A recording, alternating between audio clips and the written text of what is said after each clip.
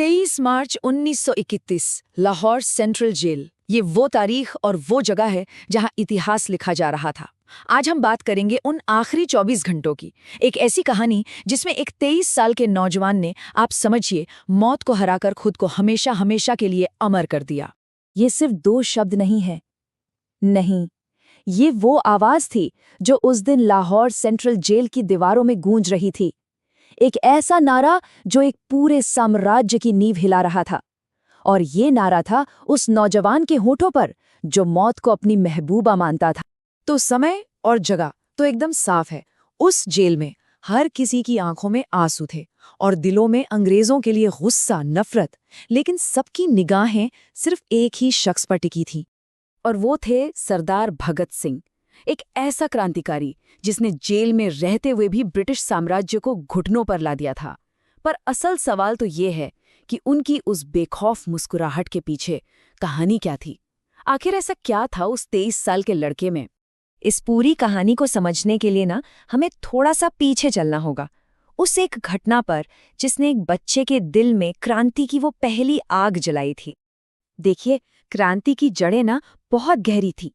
बात है 13 अप्रैल 1919 की। सोचिए, सिर्फ 11 साल का एक बच्चा भगत जलियांवाला बाग पहुंचता है, और वो वहां से कोई खिलौने नहीं लाता, बल्कि एक बोतल में भर लाता है अपने ही देशवासियों के खून से सनी हुई मिट्टी। बस यही वो पल था जब क्रांति का पहला बीज बोया गया।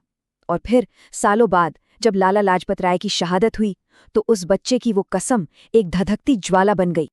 लेकिन भगत सिंह का बदला सिर्फ बंदूक और बम तक सीमित नहीं था। नहीं, उनकी लड़ाई इससे कहीं ज्यादा गहरी और कहीं ज्यादा स्ट्रेटेजिक थी, और उनका असली हथियार थे विचार।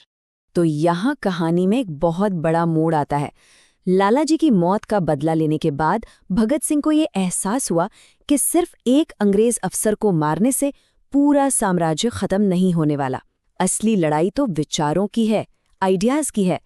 अगर देश के हर एक इंसान के दिल में आज़ादी की वो लौ जलानी है ना, तो उन तक अपना संदेश पहुंचाना ही होगा।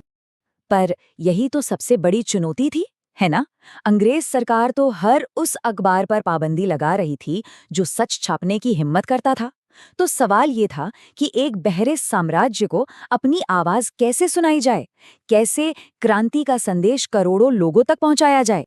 और उनका जवाब था एक ब्रिलियंट मास्टर स्ट्रोक। ये कोई टेररिस्ट अटैक नहीं था। समझिए इस प्लान को। पहला स्टेप, असेंबली में एक ऐसा बॉम्ब फेंकना जिससे किसी को चोट न लगे। दूसरा, पर्चे फेंककर अपना मकसद साफ साफ बताना। और तीसरा, जो सबसे जरूरी था, भागना नहीं बल्कि अपनी गिरफ्तारी देना। अब आप सोच रहे होंगे क्यों? ताकि चौथा और सबसे बड़ा कदम उठाया जा सके, अदालत को ही क्रांति का मंच बना देना। और उन्होंने बिल्कुल यही किया। आपको पता है, 500 से ज्यादा किताबें पढ़ चुके थे भगत सिंह। उन्होंने अपने ज्ञान से अदालत को ही अपना सबसे बड़ा हथियार बना लिया। उनके तर्कों के आगे बड़े बड़े अंग्रेजी वकील पानी भरते थे। हर सुनवाई के साथ उनका संदेश अखबारों के जरिए देश के कोने कोने तक, हर घर तक पहुंच रहा था। अंग्रेजों को लग रहा था कि वो मुकदमा जीत रहे हैं, पर असल में तो भगत सिंह उनकी ही व्यवस्था का इस्तेमाल करके उनकी जड़ें खोद रहे थे। लेकिन कहानी यहाँ खत्म नहीं होती। जेल के अंदर भी लड़ाई जारी थी, और अब भगत सिंह ने एक नया हथियार चुना, एक ऐसा हथियार जो उनका अपना शरीर था। 116 दिन। जी हाँ, ये उनकी भूख हड़ताल की लंबाई थी। जरा सोचिए, 2 दिन भूखे रहने पर हमारी क्या हालत हो जाती है। और वो वीर 116 दिनों तक भूखे रहे। उन्हें कोड़ों से पीटा गया, बर्फ की सिल्लियों पर लिटाया गया, हर तरह की तकलीफ दी गई, लेकिन वो टूटे नहीं। और ये सब वो अपने लिए नहीं कर रहे थे। उनकी मांगें क्या थी? कि उन्हें राजनीतिक कैदियों का दर्जा दिया जाए, ना कि आम मुजरिमों का। उन्हें पढ़ने के लिए किताबें और अखबार मिले, बेहतर खाना मिले। मतलब ये इंसानियत और सम्मान की लड़ाई थी। और जानते हैं क्या हुआ? अंत में ब्रिटिश हुकूमत को झुकना पड़ा। भगत सिंह ने जेल के अंदर से एक और जंग जीत ली थी। तो चलिए अब कहानी के उसी हिस्से में वापस चलते हैं जहां से हमने शुरुआत की थी। फांसी का दिन। वो दिन जब भगत सिंह ने मौत को गले लगाया। अंग्रेज सरकार इतनी ज्यादा डरी हुई थी कि उन्होंने इतिहास में पहली बार ऐसा कुछ किया।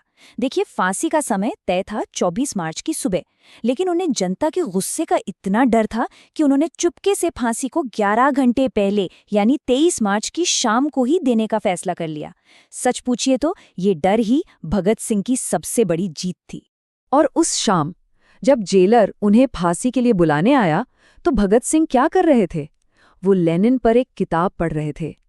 उन्होंने जेलर से बस इतना कहा, ठहरो, एक क्रांतिकारी दूसरे क्रांतिकारी से मिल रहा है। सोचिए जरा, मौत दरवाजे पर दस्तक दे रही है और वो ज्ञान की दुनिया में डूबे हुए हैं। बस यही थे भगत सिंह। इस एक ही घटना के दो बिल्कुल अलग अलग मतलब थे। ब्रिटिश सरकार के लिए ये एक खतरे का अंत था, अपनी व्यवस्था बनाए रखने का एक तरीका था।